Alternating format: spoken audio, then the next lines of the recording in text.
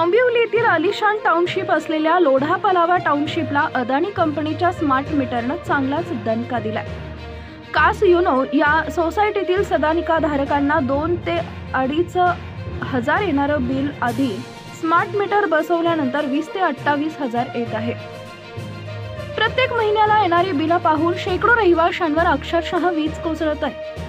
धक्कादायक म्हणजे गृह कर्जाच्या EMI पेक्षाही वीज बिल अधिक असून बिल भरण्यासाठी कर्ज काढण्याची वेळ रहिवाशांवर आली आहे। जादा बिले येत असल्याची तक्रार करूनही महावितरण दाद देत नसल्यानं रहिवासी घरे विकून जाण्याच्या तयारीत आहेत, तर वीज बिलांच्या भुर्दंडामुळे घर खर्चाचे गणित कोलमडल्यामुळे अनेक भाडेकरू दुसरीकडे राहायला जात आहेत। लोढा पलावा येथील फेज 2 मध्ये कास युनो ही 8 विंग असलेली सोसायटी आहे। सोसायटीमध्ये सुमारे 760 रहिवासी आहेत।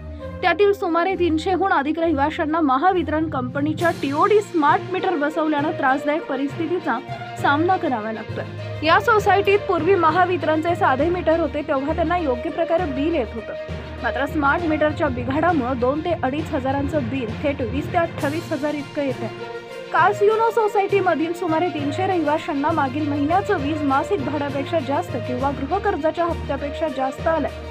त्यामुळे वीज बिल भरण्यासाठी कर्ज घेण्याची वेळ काही रहिवाशांवर आली आहे। काही घर मालक पुणे, मुंबई, बंगळुरू तसेच परदेशात राहायला आहेत। त्यांनी सदानिका भाड्यानं दिलेले आहेत।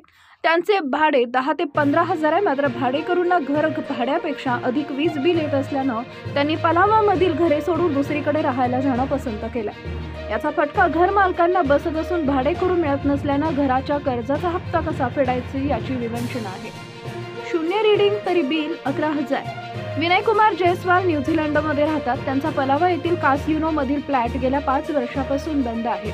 मार्चमध्ये त्यांना सेवा शुल्क आणि किमान वापर म्हणून 300 ते 400 रुपये मासिक बिल महावितरणकडून येत होते, परंतु जेव्हापासून स्मार्ट मीटर बसवले तेव्हापासून त्यांना मीटरमध्ये 0 रीडिंग दिसत असतानाही जून महिन्याचे 11,000 रुपये बिल आले। त्यामुळे बंद घराला इतकं बिल येत असल्यानं महावितरणच्या भोंगळ कारभाराचं उत्तम उदाहरण यापेक्षा दुसरा कोणता असू शकतो, असं संताप जयस्वाल यांनी केला।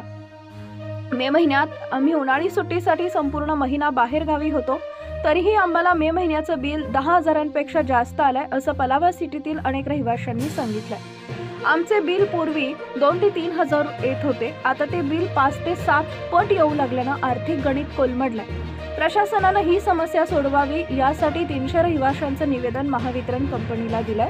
ॲडव्होकेट अमित शुक्ला, अध्यक्ष कास युनो सोसायटी। जुन्या मीटरचे रूपांतर स्मार्ट मीटरमध्ये झाल्यामुळे वाढीव बिलं येत आहेत। घराचा हप्ता भरू की वीज बिल भरू या विवंचनेत मी आहे। बकुल भट्टाचार्य, रहिवासी। अधिकारी म्हणतात खराब नेटवर्क। पलावा भागात खराब नेटवर्कमुळे स्मार्ट मीटरमुळे समस्या उद्भवली आहे। आम्ही काही भागात बूस्टर बसवलेत, आता फक्त 1400 TOD मीटरची समस्या आहे। ही समस्या पुढील काही दिवसात संपेल। ज्यांनी जास्त वीज बिल भरले त्यांना पुढील बिलामध्ये समायोजन किंवा कपात होईल, असं महावितरणच्या एका अधिकाऱ्यानं सांगितलं।